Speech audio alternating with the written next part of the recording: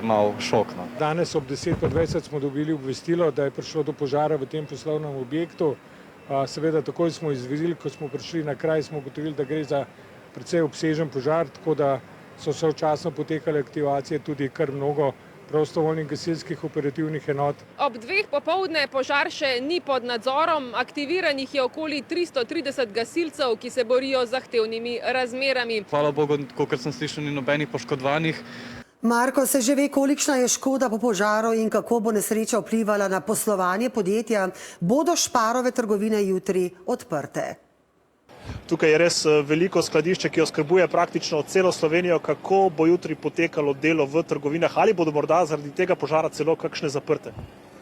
Ne, zaprte trgovine ne bodo, kljub temu, da je požar res tukaj na centralnem skladišču, je nekako sreča v nesreči, da se je razširil predvsem na pekarno.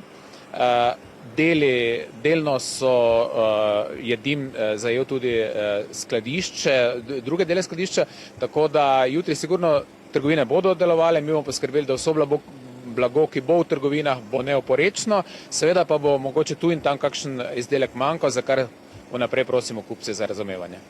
Hvala lepa za vaša pojasnila in vam želimo čimprejšnjo sanacijo škode. Toliko iz BTC-ja. Marko, hvala lepa obema.